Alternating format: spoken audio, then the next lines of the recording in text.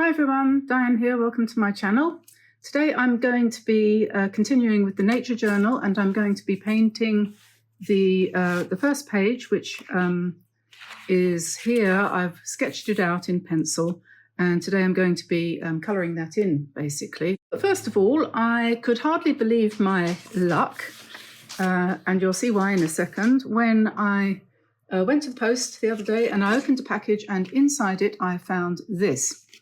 And this is a set of MeilLiang watercolor paints, which Paul Rubens manufacture and which they had sent me to review. And I am absolutely thrilled with this because it is exactly what I need to help me with my nature journal. So I'm really pleased about this. First thing I want to say to you is it's on Amazon at the moment and it's only $29, and I cannot believe that. MeilLiang, I'll get that right, MeilLiang is a girl's name. I looked it up. It's a girl's name in Chinese, and it means pretty or beautiful and good and lovely. So they have, these paints have become known as pretty excellent. That's what they sort of translated it as. But I would like to think that if I had a daughter and I was Chinese and I called her MeilLiang, I would want to translate that into something like Annabelle or Mirabelle, you know, something that means beautiful in English. So there we are. Anyway, MeilLiang is a lovely name, and but it just sounds rather funny when you call the paints pretty excellent. Somehow it doesn't quite work, but never mind, because they are so good. They are pretty excellent, actually. So yeah, inside. Now, I just want to say, you've probably seen reviews before of these paints, but they've changed the contents. And you've probably seen even me do a review of these ones, which is the previous ones, the first ones they sent me of MeilLiang, which are in here. This is a much bigger tin, much longer than this, which is, you know, different. Anyway, so it was this set. Do you remember?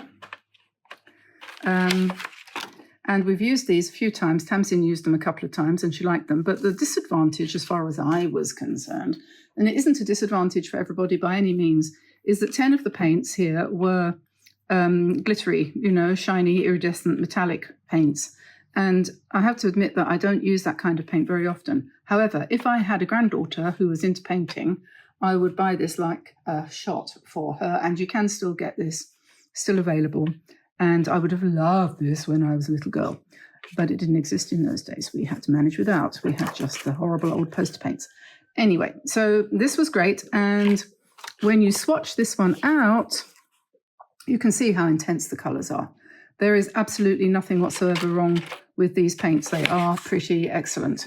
Very good. The swatch card, when completed, looks like this. And you can see that there are plenty of all the different colours that you need. Now, having said that, as I said, 10 of them were iridescents. So if you, and actually, before I go on, all the numbers on all of these paints are different from the ones in this set. So if you've already got that set, the original Pretty Excellent set, don't think that you don't need this one too, because this one's got all different paints in it. I went through and I compared them all after having swatched it out. I've swatched the colours that are there, and you can see that they look very similar at first glance, but in actual fact, this set, and Tamsin pointed this out to me, and I think she has better eye for colour and detail than I do, and her take those away, that's the iridescent ones, but these, the overall impression that you have here is of a set of watercolours which is perfect for traditional watercolour painting in a traditional landscape. You've got everything you need for that. But when you look at this one, and we've got more colours here altogether, because they have replaced the iridescents with pastels. And there are 10 pastel colours here, which are these ones that I've marked here with a P. These pinks, these cream colours, skin tone colours, I would say they were, the lilac, and so on. They're all partially opaque and a little bit like, well, almost completely opaque actually, unless you add an awful lot of water. And they're a little bit like gouache. In fact, they might even be called gouache. yeah, I'm quite excited about this actually, because I'm really dying to give it a chance and try it out. I think that natural yellow might be considered to be almost a gouache color too. That's like, what do you call it? Yellow ochre. That I would say is like yellow ochre. Anyway, so I compared them with the old set, and I realized that because there are 10 more colors to play with, because they've taken out the iridescence, but they have added in despite the fact that they have added in the pastel colors, which they call macaron or macaroon, or as it said on Amazon here, Macron, 10 Macron colors. Now, anyone who knows anything about French politics will know why that made me smile. Yeah, so comparing those two sets, the old set had 2 yellows, the new one has 2 yellows, very similar colors. The old one had 2 oranges, the new one has 3. The browns, there were 6 of each in both sets. Green, we have 6 greens in the old set, 7 greens in the new set. The blues, we have 7 blues in the old set and 9 in the new set.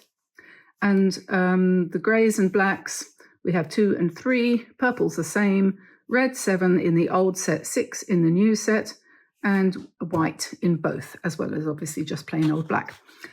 But the upshot of those changes is that I think that this has a much more tropical or hot climate look to it.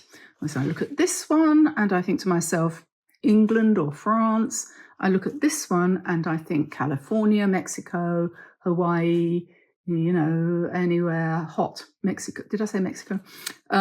Yeah, more orangey, powerful turquoise is very, very strong on the greeny blue colors here, which is making me think of the sea off the coast of Bermuda, you know, that kind of thing. The browns aren't bad. And if you, obviously, as you know, if you mix a brown with a purple or a green, you're going to get a much darker shade. So you can always intensify your browns just by adding the complement, the blue or the purple, to your brown.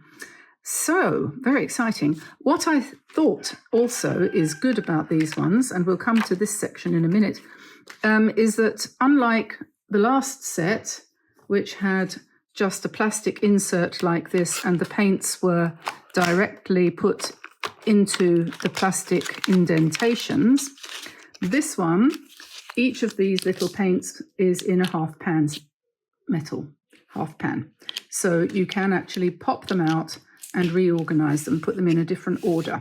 And personally, that's what I would plan to do, is to take them out, reorganize them, and I would put all the pastels along the bottom line here and the transparent colors on the top 3 rows there, so that I didn't inadvertently use a pastel color with the white in it to mix with my transparent colors, unless I actually wanted to. I wouldn't want to do that by accident because it might muddy the colors.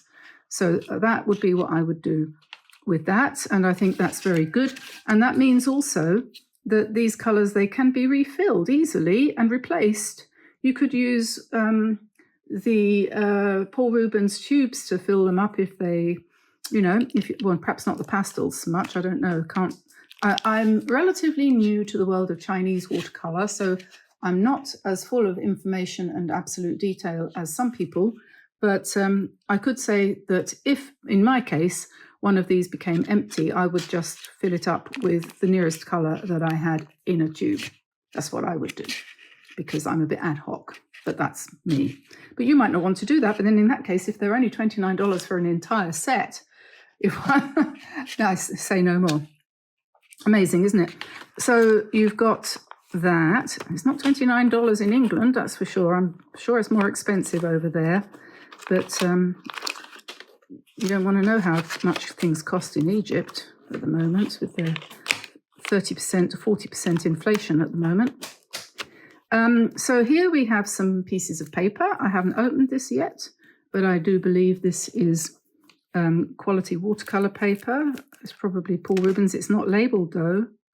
I don't know for sure. Maybe I'll get around to that in a minute. Anyway, so here we have the other good thing about this set. And I think this makes a lovely set to take with you on holiday. And if you're doing a nature journal, how much better can it be? You've got everything you need here. You've got a little bit of foam to dab your brush off on when it's wet. I haven't got long nails, so it's difficult for me to get things out of things. But anyway, so you've got what looks like a very nice brush. We'll just wet that to soften it up. It's a bit short, but what it does have is it has an end that's been cut off. You see how that's been shaped like that? And you can use that for scratching out and for, you know, putting veins into your leaves and things like that. Very useful.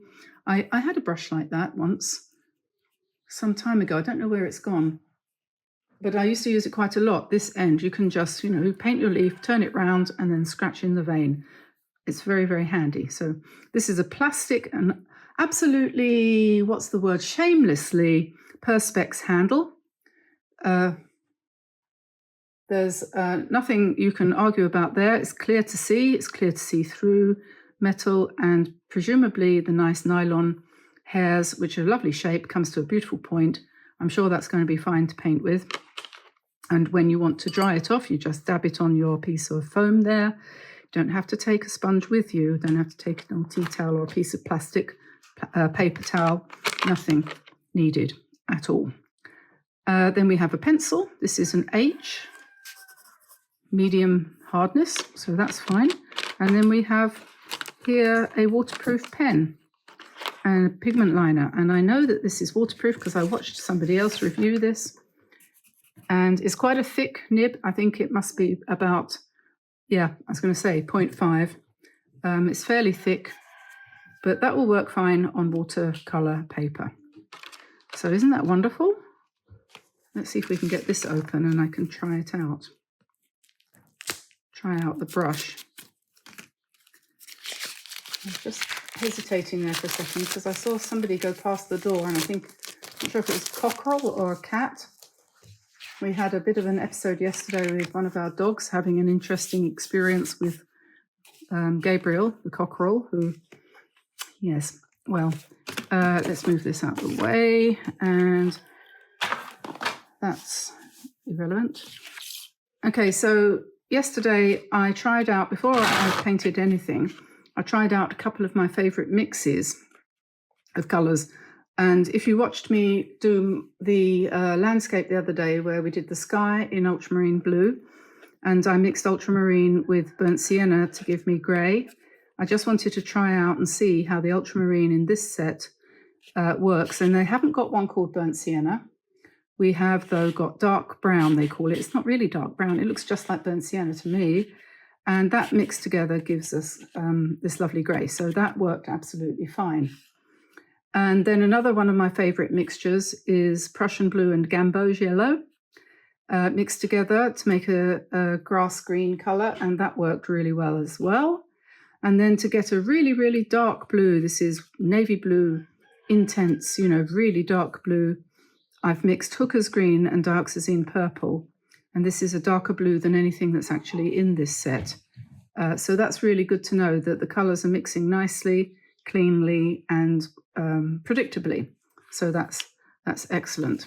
So here we have what could be a future set of bookmarks. 1, 2, 3, 4, 5, 6, 7, 8, 9, 10 pieces of what looks like really nice quality watercolor paper that you can use to try out. If you folded that in half, you'd have a nice little card or gift tag or something like that.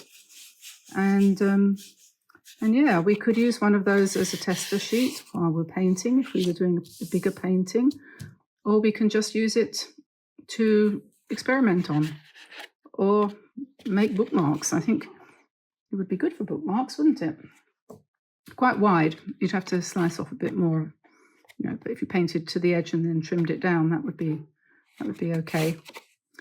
So there we are. Pretty excellent, if you ask me. Arabella, you are my favorite set. You're going to go to Egypt with me when I go in October for my 6 weeks away. Don't worry, the channel will be carrying on as usual, but we will be taking a minimum amount of equipment with us, and I think this might be it. Now, I know that often people like to know what kind of books I'm reading and looking at. So I thought this morning I'd mention this one, which is by someone called Donald Norfolk, and it's called The Therapeutic Garden. And I just love the cover of this one. And this has inspired my paintings quite a bit, actually. I really love the colour combinations that he's got on here. And so I'm going to have that handy to refer to while I paint this. I won't come up with anything anywhere near as beautiful as that, but anyway. So this is a lovely book, though. I've had it a long time, and I've never read it from cover to cover, but it has a lot. It was published in 2000. I'm sure it's still available from Abe Books or Awesome Books, or it might even be on Amazon. I'll look it up and see if I can find a link.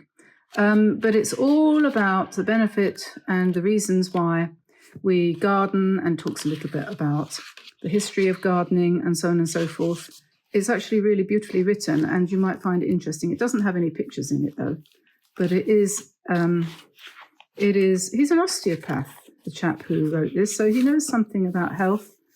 And a beautiful cover. I'm glad to have it, even if it's just for the cover. He talks about, the value of trees. Apparently there's 500,000 trees on the streets of New York, and they're all looking for friends. So anyway, so I'll put that to one side. And oh yes, also you might be interested in this book, which I know I mentioned once before, but I haven't mentioned it recently, which is Marjorie Blamey's book on painting flowers. And I tend to go for the older books when it comes to how to paint things, because it seems to me an awful lot more work went into these books than goes into them now. I mean, just look, it's absolutely jam-packed with information. Again, like I said the other day, after I finished talking about Edith Hilder's, not Edith Holder, Edith Hilder, her book on drawing wildflowers, which has got everything you need to know in it about drawing, which is the first step to painting. This one covers drawing, and also it's a lot newer, this book. It's a good 20 years younger than that one. Techniques for painting flowers and absolutely everything. If you've got the patience to read it, you will learn far more from this book than you ever will from me, and that's a fact. I'm still learning from it, and I turn to it often for ideas and information and all the rest of it. And I'll tell you now, she's given me the idea for my next page, or first page of my nature journal. I'm going to paint probably more simply than this, because this is too complex for my skills, a sort of background, landscapey kind of thing, which is why we were talking about landscapes in the last video, to get an idea and to not feel too lacking in confidence as far as doing landscapes is concerned, because they shouldn't be scary. So I'm going to do a simplified version of something like this, and then I'm going to put the flowers into it as well, and the plants and things, as well as the bees, butterflies and birds and all the rest of it. That's my plan. I hope it will turn out like that, but you never know, do you, how things are going to pan out. Sometimes you get something different from what you'd intended. But here we are. This is my sketch, and I know it's quite small, and it might be a little bit fiddly, that's the word I'm looking for, to do, but I'm going to give it a go. I need a palette to mix on. Whoops.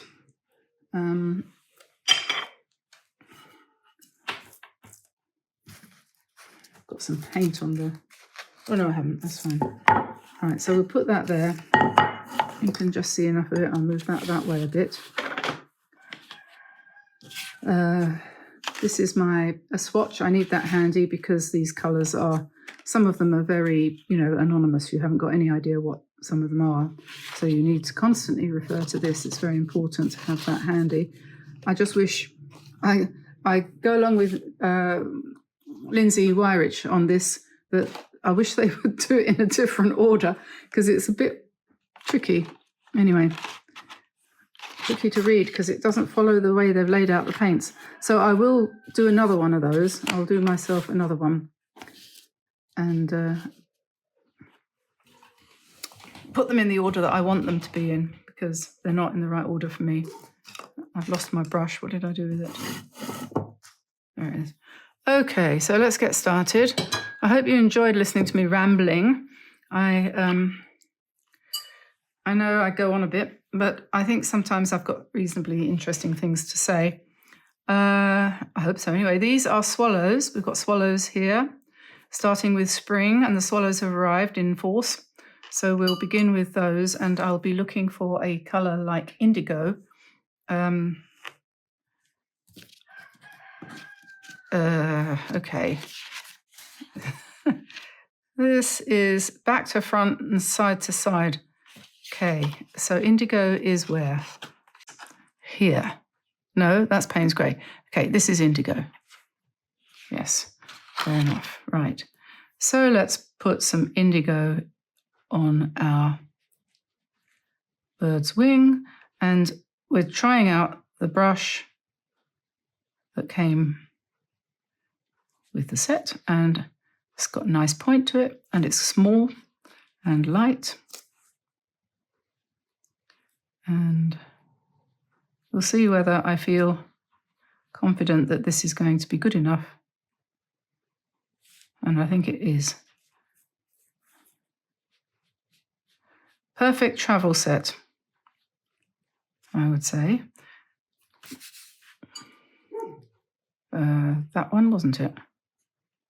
Wasn't it? No, that's Payne's grey. Is this one? Yeah.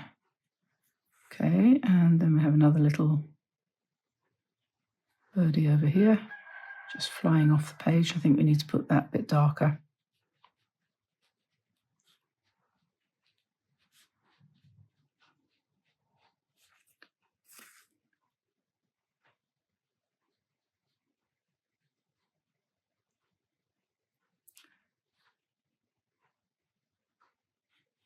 I'm not sure why I started with the birds. I don't know, but anyway.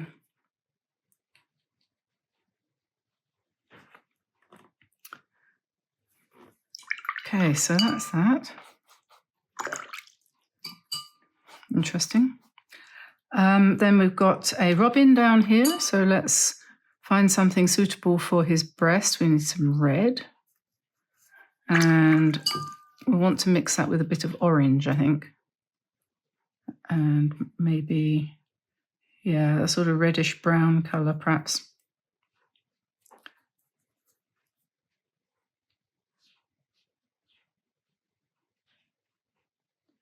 And honestly, I'm not going to try to reproduce nature here. I think this is going to be a darkish brown for the back of him. Well, when I say I'm not going to try and reproduce nature, I just mean the colours and everything are going to vary a bit.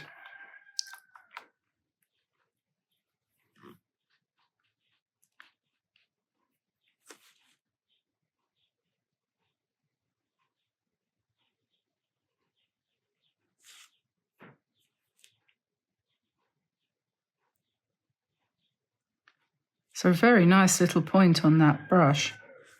You can't complain about that, that's for sure. I don't know how long it'll last, but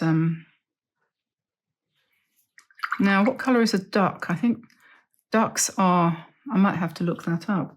Right, so they have a kind of turquoise green head, something like that.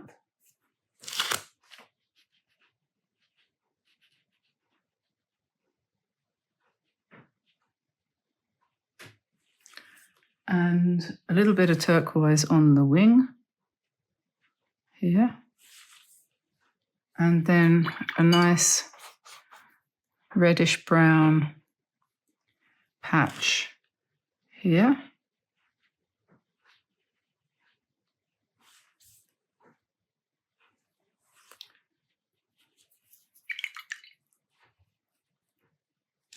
And yellow feet.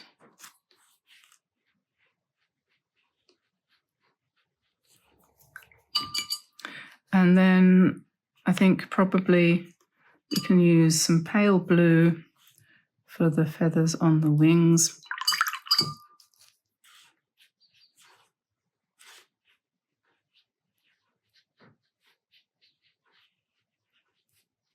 It's probably got yellow beak too.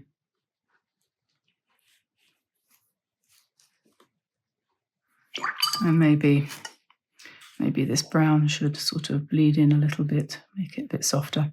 And when I've done this painting, I will probably do some line work on top of it. So there's our duck he'll do. And then a little bird down here.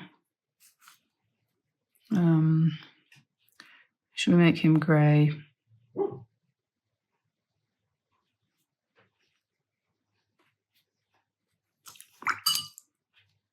A bit green, perhaps.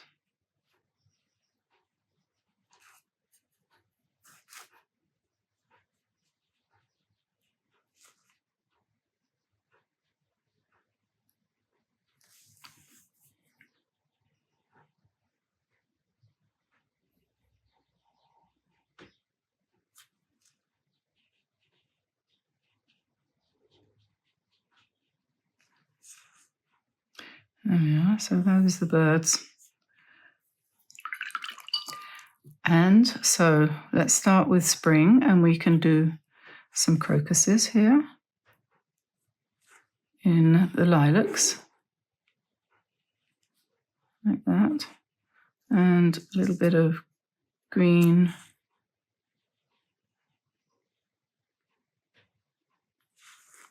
And these are snowdrops.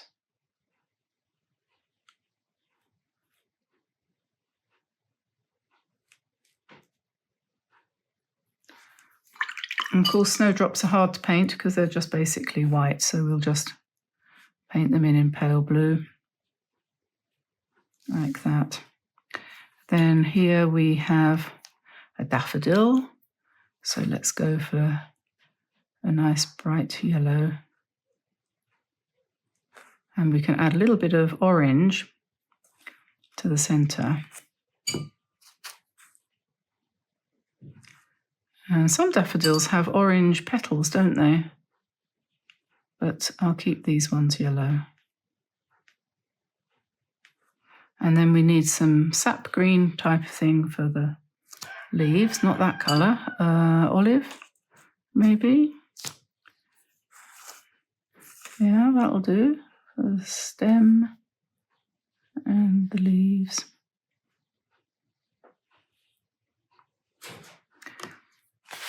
Okay, and then here we could have some pansies sort of thing. No, that's not mauve. Okay, this one I think is mauve, yeah. So we'll do some purpley, not pansies, like heartsease maybe, or I don't know, any purple flower will do. And then some green for his stem and leaves. Lovely pointed brush, giving a very fine line, you see.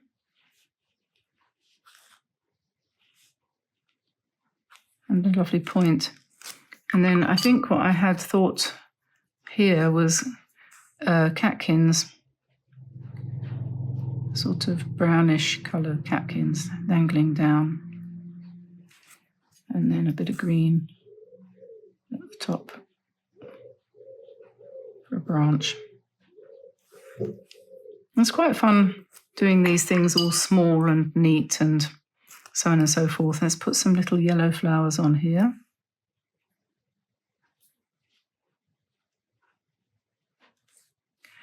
And these are obviously primroses. We're coming into summer now, though. So, well, maybe they're not primroses. Perhaps they are something else. A yellow flower that grows in the field could be anything. I'm trying to think of the name of it, what I'm thinking of. Oh, I don't know. There must be a million different green, yellow flowers to choose from, and let's put some sort of orangey brown centers like that. And we could put a little bit of a, since I've got it on the brush, a bit of an edge around the trumpet of the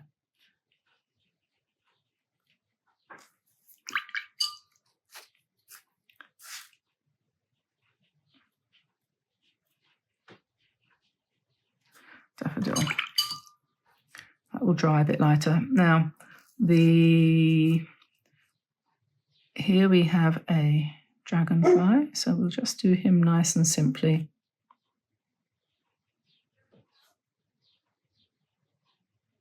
Like that. See how fine a line you can get.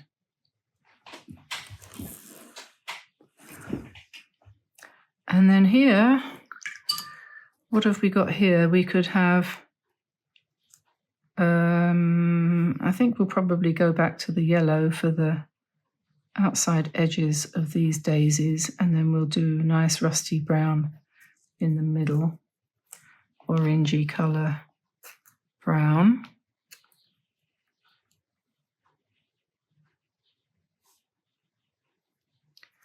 And make that yellow a little bit stronger in places. And then we need some green.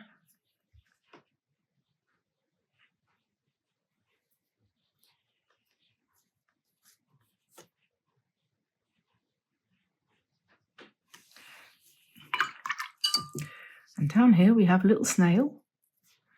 So we'll paint him in brown. And then maybe you could have a sort of bluish body. I know their antennae are probably lighter in colour than that. And then we'll put some shadow around. Like that. And maybe we'll give him a little patch of grass to sit on. Okay, and well, we have a bee here. Whoops. Black is here.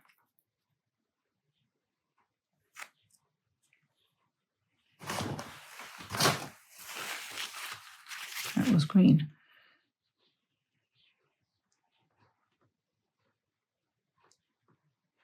There we are, so we put the black in there.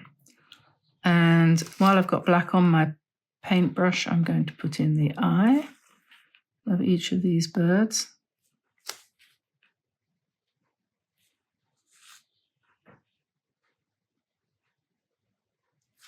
I keep saying it, this is an amazing brush, very fine.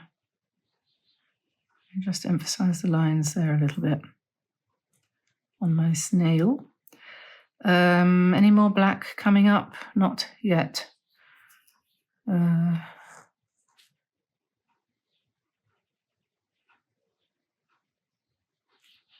just put the beaks in.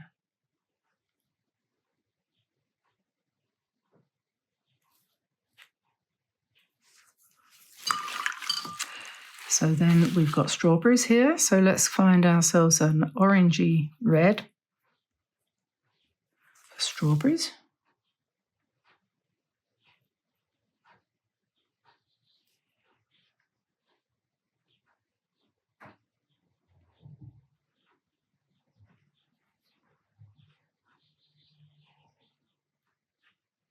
And then we'll want something a little bit darker for the little shadowy bits on the strawberries.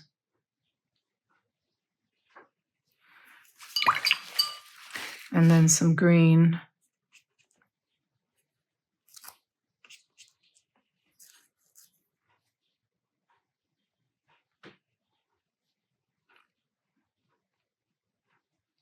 For up the top there. And what else have we got here?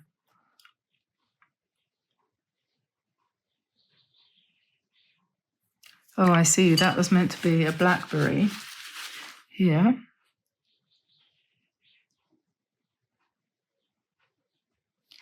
That was a blackberry. And this is elderberries. I remember now. I drew this the other day. So we just have lots of purple berries here.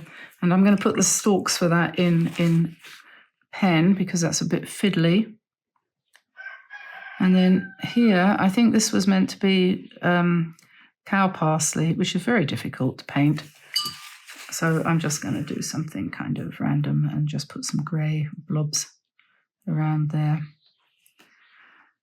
Okay, and now we're going to come to the bee. Put his yellow in. This is another yellow flower here. It's a yellow pansy.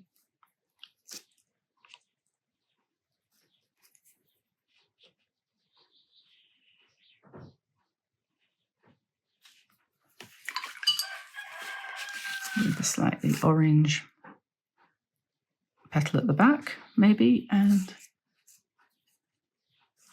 sort of brown center. That'll do. And then we want the wings of the bee, like that. Okay, so we're halfway around now, and we have got honeysuckle here, which is kind of pinkish. Going to add some yellow to that.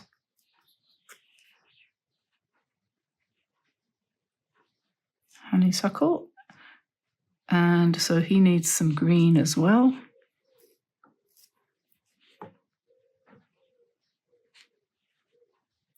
Nice dark green.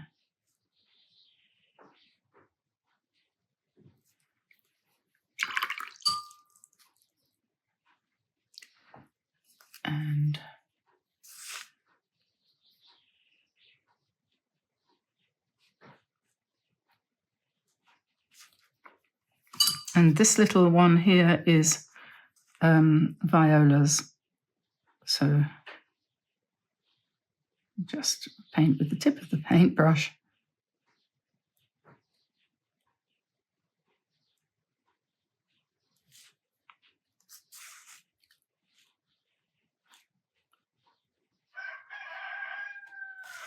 There we are.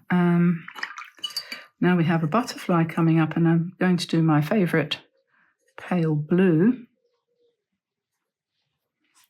butterfly. Let's have a couple of them.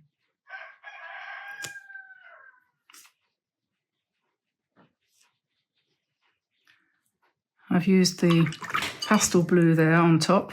That looks okay. Oh, I have another bee.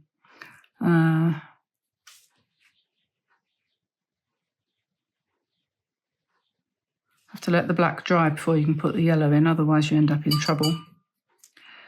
And okay, so we have another pansy there. I think that should probably be a violet one.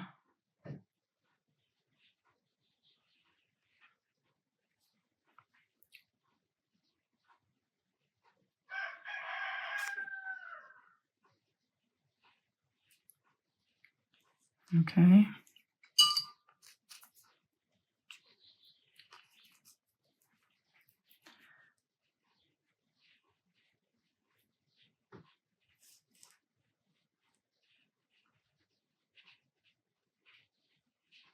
And just some leaves there.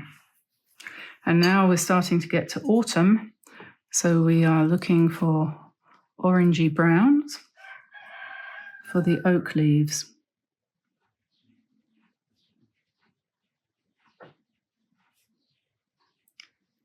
We've only just started our summer here, and we really don't want to start thinking about autumn yet. But soon I'm going to have to begin on thinking about Christmas. Which is crazy because literally yesterday was the first proper summer's day we've had. Well, summer, not even really summer, spring more like. And we could put in things like acorns and all that sort of thing as well, but can't put everything that you might think of in unless you have a bigger page. And I was thinking of getting a bigger journal for some of this because this is fairly restricting for me. I'm not used to painting so small. I'm going to come in with some ink there and finish that off. And this is a sort of thistle thing. So we'll do that in purple. And again, we'll finish that off with pen. And then up here, we've got some bulrushes.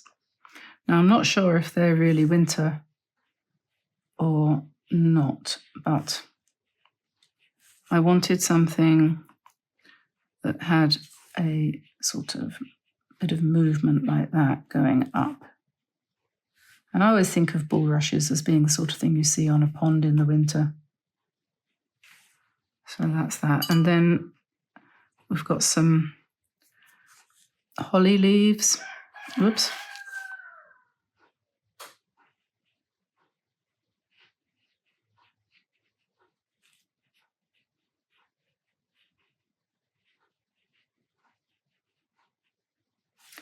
And some ivy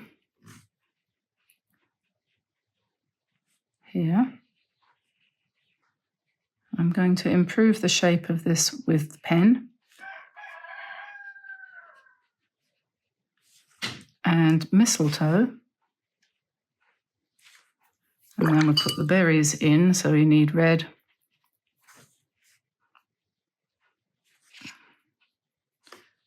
For the holly.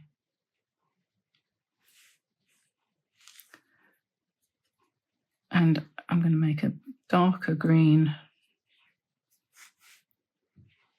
to join the leaves together.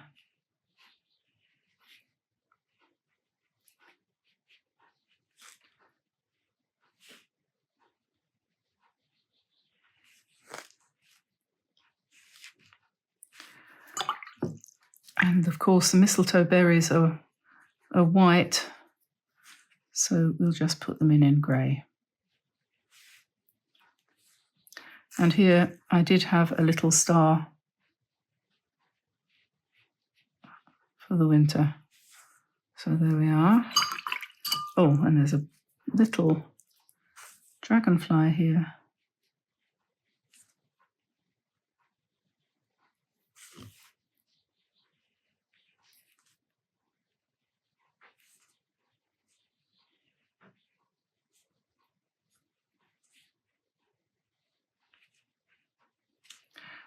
Okay,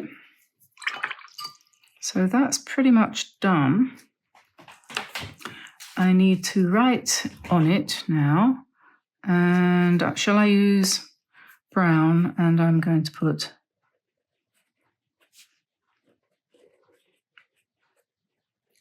a year of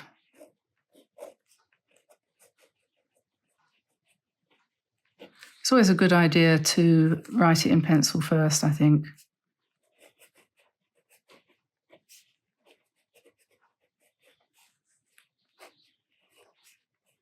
I'm going to change that to poetry. And then we need to write up here spring,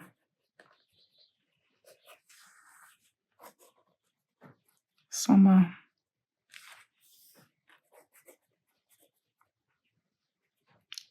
autumn, winter.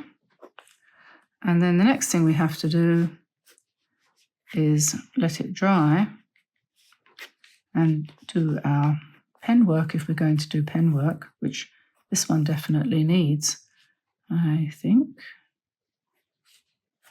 So I'm going to let it dry, rub out the pencil, and then come back in with some pen work. Okay, so that's more or less dry now. Now for the pen work, I've rubbed out most of the pencil lines. I'm going to keep seeing more, but some of them I'm going to leave in because I quite like the effect of some of the pencil lines. So I'm not going to take them all away. But with the pen, I'm going to put in the little details which are kind of important in a way to what I've tried to draw here. So like the little hairs and spiky bits on the thistles, which I can't do this small with a pen, with a brush. So I'm going to do that, and a bit of texture in the dried out Queen Anne's lace things here, and some of the shaping is very difficult to do with a brush, so I'm going to use a pen. And that's that. And then I'm going to shape a little bit better these bulrushes to make them a little bit more cat's tailed, you call them in America, don't you? Don't know why, because they don't look like cat's tails any more than they look like bulls in a hurry. And then maybe just emphasize the shape here of these duck's feet and his bill. I don't want to do too much because I was quite pleased with the sort of general impression of so-and-so and such and such. And I'm going to put the holly branch in using a pen as well because I forgot to paint that. And we'll just kind of go round the holly a little bit to make it a bit more holly shaped. Put a centre line in for the vein. It's a bit stylized, but it's okay. And then these leaves here need a little bit of help. So do I. There we go. So that's basically what I was aiming for there with the ivy. That's it. And I don't remember what that was. Was that more ivy? I don't know. I think I need to turn that into something else. We'll come back to that. And we had our crocuses here and our bluebells here. Just a line or two. I'm quite pleased with my swallows. I'm very glad to have been able to say that they came back this year. We were worried they were late, but they've arrived in great numbers, so that's all good. I just put some stamens on this plant here. And around here as well, let's put some little stamens on here. Just a few lines, gives it a lot more, makes it a lot more finished. I just need to paint the yellow of the bee. I've forgotten him. There he is. And he needs wings as well.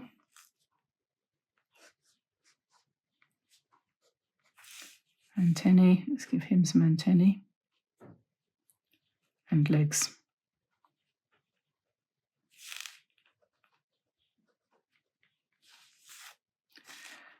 And the body to the butterfly needs to be re-emphasized. And this is a pansy.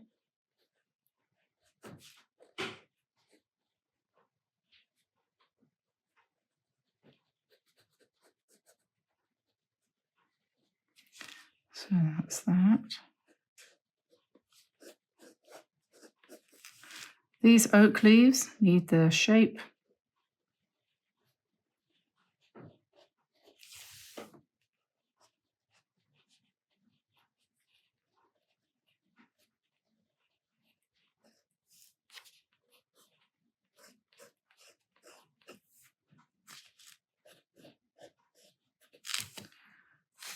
And this is the honeysuckle.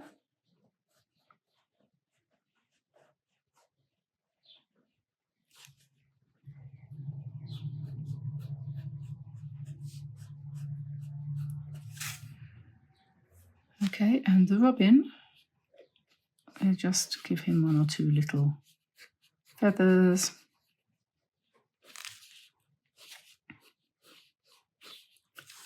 There we are, that's him. And this bird here, which I'm not sure what it is.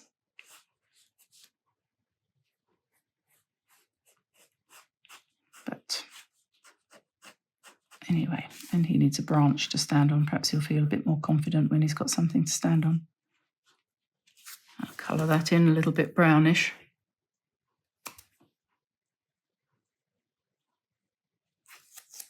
There we are.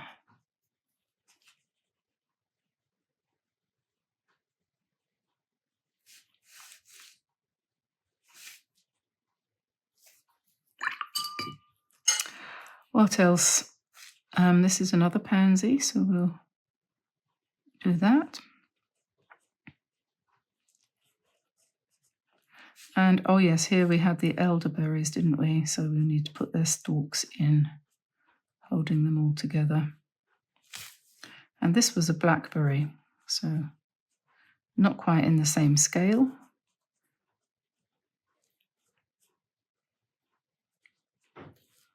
And I think, I don't remember what this was, but it's going to become some kind of something. And the snail. He's happy. And these flowers here, we're nearly there.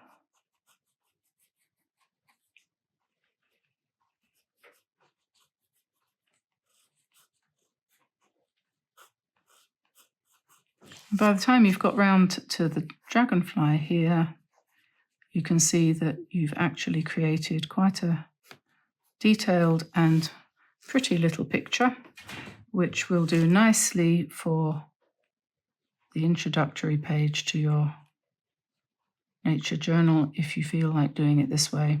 If you left a blank page at the beginning, you can go back and fill it in now and do your introduction. So I'm going to let it go now. Remind you that we just today reviewed our pretty amazing, pretty fantastic, pretty beautiful MeilLiang, otherwise known as Annabelle paint set, which I think is actually, I like this tin because it is different from the other usual ones and it has a more solid feel to it. It's not heavy though, and I'm very happy with the colours.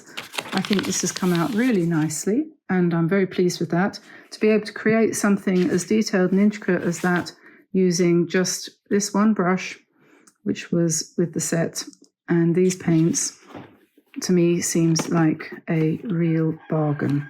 So I haven't tried this pen yet, but I'll try that out next time I do some pigment lining. This works well. This works well. Haven't tried the pencil. The colours are all brilliant. Next time you see this, I'm going to change the order of them and I'm going to do a new, swatch card so that it actually matches up more easily with my brain. And I think the Chinese must think differently from us because everything's upside down and back to front as far as I'm concerned. But that's probably just me. Anyhow, I'm going to let you go now. Check the description below for information about these items if you do feel like treating yourself to a set to take on holiday with you or to do your journaling with when you're outside. They're $29, I believe, on Amazon, and I think they're available pretty much everywhere. I'm not quite sure. Probably not in Denmark, because apparently in Denmark they have a problem with Amazon not wanting to supply. I don't know why. We have the same problem here in France. Don't get me started on that. So anyway, I sometimes wish I lived in America. Oh, that would be so nice. Can I come to California, please, Denise? So if you're still here, I'll say goodbye now and I will see you again soon. It's been a lovely, peaceful morning. It's nearly time for lunch and I expect it's time for you to get up and start your day. So I'll let you go and I'll see you again soon. So bye, everybody. Bye-bye. Bye-bye for now.